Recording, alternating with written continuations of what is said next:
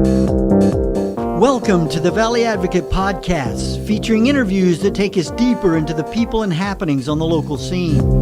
For more podcasts and a closer look at what's going on in the Valley, visit us at valleyadvocate.com. Hi, welcome to the Valley Advocate Podcast. I'm Dave Eisenstatter, editor of the Valley Advocate, and I'm here with Maureen O'Reilly, who's a freelance writer for us, who has just done a couple of really excellent cover stories for us. One about the Care Center in Holyoke, and another about a really interesting guy who picks up trash along the roads of pretty much everywhere he goes. Thanks for joining us. And I just wanted to talk, maybe start with the Care Center. So you actually brought this idea to us, and I was curious how you first heard about the Care Center. Well, let me start by saying thank you for having me. Oh, yeah, sure. And it's been a pleasure working with you guys. So I heard about this piece because a family friend wanted some help cleaning out her gutter. So she had me come over, and she was just talking to me, and she just told me that she had recently been to their fundraiser. And so she was saying, oh, there's this really cool place. You'd really like it. And she now knows that I've been doing some more freelancing work. So she's always trying to be like, oh, here's a story idea. Here's a story idea. And I kind of looked up what had been reported on the Care Center. And there was a lot of stuff that was reporting when they introduced the Clemente course, which is a 6-credit college level course. And that was about like 20 years ago. So there's been a few pieces about that since then. And then most recently, they started I don't want to call it an agreement because it's almost like a offshoot of Bard College. They have the Bard Micro College Holyoke program, which offers an associate degree at the Care Center. And it uses, regular faculty, college level faculty that teach these courses. And there was a lot when that was first introduced, but there hadn't been any follow-ups. And at this point in 2019, there had already graduated a class, and this is the second class graduating. So I said, oh, this would be really interesting to see, just how things are going and check it out. So that's how I brought it to your attention. And the Care Center is it seems like it's this amazing place. The people who are students there, they're mostly teen moms and other people who are struggling. It's mostly for women. Is that right? Yeah. So my understanding is that as some of their funding changes, some of their demographics change a little bit as well. So their primary demographic are teen moms. One of their biggest programs is helping teen moms get their GED. It's now called the HiSET for the high school equivalency. And they now work with men. I think they said they had 4 men that they're helping that aren't physically in the building, but they are offering supports for them as they're in college. But basically everyone else are all low income. And what the Care Center does is they work on wraparound services. So there you can get a meal, you can get, kind of medical care as you would.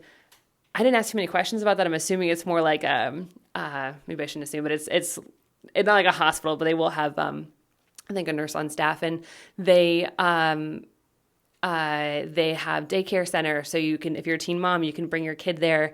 Their kid has childcare, and you can study or you can work towards college credit and that kind of stuff. So they have a number of really wonderful services. Yeah, I guess I should say I'm an alum of Bard College, but I think just for any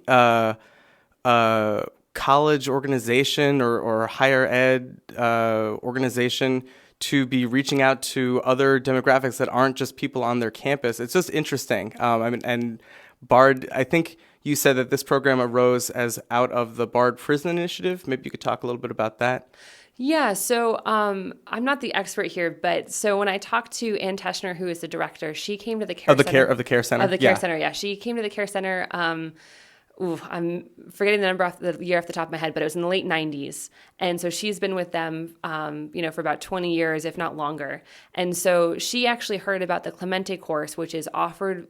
It's kind of accredited through Bard, and it's offered in so many numerous places throughout the country. And that's that 6 college credit course that's focused in humanities. And the idea with that course is that you will get a basis in humanities that you could get in an Ivy League school, regardless of where you are in the country. And so she read about that in a magazine and asked them to bring that to the Care Center, which they did. And then later, they were realizing that I think it was about 75% of their students went on to college, that graduated with their high set or their GED. But of those people that went on to college, only 15% were graduating from college. And so most of them get in, but almost none of them actually finish. Right. So that's something that they were seeing. And she told me it took them a while to kind of, she said, quote unquote, own that statistic and say, well, hey, what is our responsibility as a education program? Because if we're offering high school education, we're doing a great job. And then they said, well, we really actually want to become a little bit more responsible. And so what they did is they heard about the BARD Prison Initiative, and they reached out to them because, as Ann Teschner said to me, she said, BARD really seems to know how to export a program. So they had that, and they contacted them, and that was brought to the Care Center in 2016.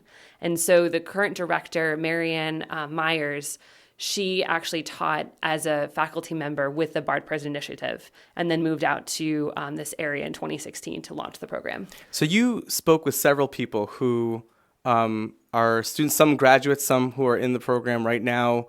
Tell me about some of the stories that you learned from them. Wow. They were all really great to talk to, and they all had very different ways on how they got to the care center. One woman was from Houston and Candace, and then she moved to Holyoke and her mom told her about the program. Another woman's from Falmouth, AJ, and she ended up moving here because her mom's family was from here and her grandpa told her about the program. And then Julissa de Leon, she was somebody who she found out the care center through a flyer that she saw at a health clinic. So they kind of all had different paths to getting there. And they just were all were just super motivated. These are kind of people that they're telling me about, I really struggled with art history, or I liked emailing I had to email my professor a lot about philosophy, and we had side conversations about what they were learning, that kind of stuff. And I was like, man, these are people that I want to be in my college classes, because it was just a really motivated group of women at whatever stage of the care center that they were, or education there that they were at, just trying to, take advantage of all the opportunities that were offered to them. And these were women who at one point either maybe were in college but couldn't continue, or college wasn't an option for them the first time around. Is that mostly accurate? Yeah, there was a few that Candace, she had tried to apply to college when she was a high school senior, and it just wasn't getting the scholarship money. So she realized that was out of her reach. And so at the Care Center, that's where she started taking college level credit. Julissa de Leon, she was somebody that she started college. It was too expensive on the eastern part of the state, transferred to HCC, and then had to drop out when she Holyoke Community College. Yes, Holyoke Community College when she became pregnant. So they kind of all had different routes of getting there. And then Tina Scott was somebody who wasn't in college, but she had taken some classes at STIC, Springfield Technical Community College, and then at the Care Center started with the Clemente course and moved up to Bard Micro College. Yeah, and I mean, what were they saying about their experience, in the classes, and what they were learning, and kind of how they wanted to use those the lessons that they were learning? Well, I think a lot of them found a lot of community in the other women that were in the classes. For some of the teenage moms that were saying, I was pumping breast milk on my breaks, that's a unique We got to do what we got to do, or we do what we got to do, right? That was a quote from your piece. Yeah. Yeah. So it's kind of like you have other people in your surroundings that are doing the same thing that kind of understand that. And then I think Tina Scott is in her 50s. And so she was saying, I didn't have that same experience, but there was just a good community with it. And they all seem to have a bit of a struggle with art history and a little bit with moral philosophy, and kind of just these tough courses that would be hard for kind of anybody. But yeah. And so how do people find out more about the Care Center? Their website is a great resource. And I think, well, we can look it up, but I think it's carecenter.org. We'll check that. But I'm definitely impressed by the level of different education programs that they have, from high school to the Clemente course, which isn't a full degree, but it's college credit, and then this micro college, which gives you an associate's degree. Yes. Is that right? Yeah. So just a really, a lot of programs being offered through this organization. And they're receptive on the phone too. If you give them a phone call, they'll also talk to you. Yeah. So awesome. So I also wanted to talk to you about John Jack. He goes by Coughlin, he's from Agawam, right? And tell me a little bit about what he does every day. So he's retired, and what he does every day is he told me he gets out, he walks on his porch outside, gauges the temperature, dresses appropriately, and then he spends the rest of his day picking up trash. And he has a nifty nabber, which is a kind of like a grabbing tool, so he doesn't have to bend over. It's like a big claw, right? Yeah, not like a huge claw. It's kind of like like a tweezer's pinch. Okay. Yeah. And so he just has it. It's like a little trigger or something. Yeah, it's a trigger, so he's standing upright, and he can just kind of use his finger to shoot a trigger that'll clamp a piece of garbage. Yeah. He empties it into a 5-gallon bucket that he carries around his arm. And then he's so well known in the area that he'll dump those buckets into these giant triple strength 55-gallon trash bags, leave them on the side of the road, and he can call a town's DPW and they know who he is, and they'll go pick him up. So he just goes around cleaning all day. Yeah. I think what fascinated me was that he's really on this mission for, like, in particular, one kind of trash, the mini bottle, the like nip bottle. Yeah. Yeah. And so, but he's working on passing a law, right? About related to these bottles. Yeah, so he previously used to be really obsessed with cigarette butts because it's a small piece of trash that can go into a storm drain and just pollute the rivers and everything. But in the last few years, he's noticed an uptick in nips, or the miniature liquid or alcohol bottles. Yeah, right. And so with that... Airplane drinks, right? Like Yeah. And so he's been like, this is crazy. This is insane. They also get go down storm drains and that kind of stuff too. So he's been advocating from this area about, like, definitely, don't toss these out of your cars. Don't have them be on the ground.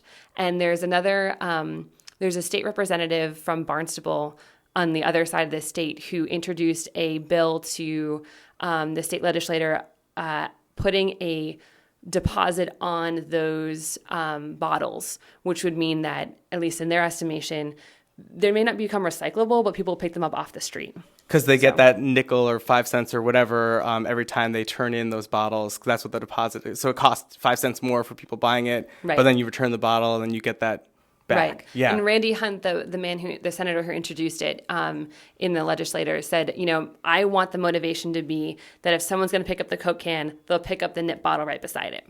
Yeah, right. And I think that there's so many things about the environment and climate change and all these things, and this guy it almost feels like this obsession of, like, this is his piece that he's going to do for the environment to kind of beautify or kind of take care of his little bit of the environment. Yeah, and he's been cleaning since he was younger. His parents kind of instilled this into him to clean up and clean the environment up. And I think now in some of the conversations we had is just that he's saying, I'm not going to be here for forever, but the world around us, like, it needs to be cleaned up and it needs to be good for my kids and my grandkids. So. Yeah, and I think another, like, kind of funny piece about what you wrote about was you talked to some, I guess, of his friends or business owners that knew him who kind of made fun of him a little bit for what he was doing, right? Yeah, he has a good rapport with some of the businesses close to his apartment. And, he'll go down there. There's a liquor store actually a few doors down. And he's there in the mornings and he cleans out the parking lot just so that those cigarette butts and those nips don't end up down the storm drain. He knows where the storm drain is in the parking lot and that kind of stuff. But they also play, like, the sports games. So he'll go down there just to kind of socialize. And he says that when he's there and he sees people buying nip bottles, he'll say, don't let them fall out of your car and, that kind of stuff. So, just like kind of reminding people, or gently or not so gently, to do that. And people respond in a mixed way to that, or good, or...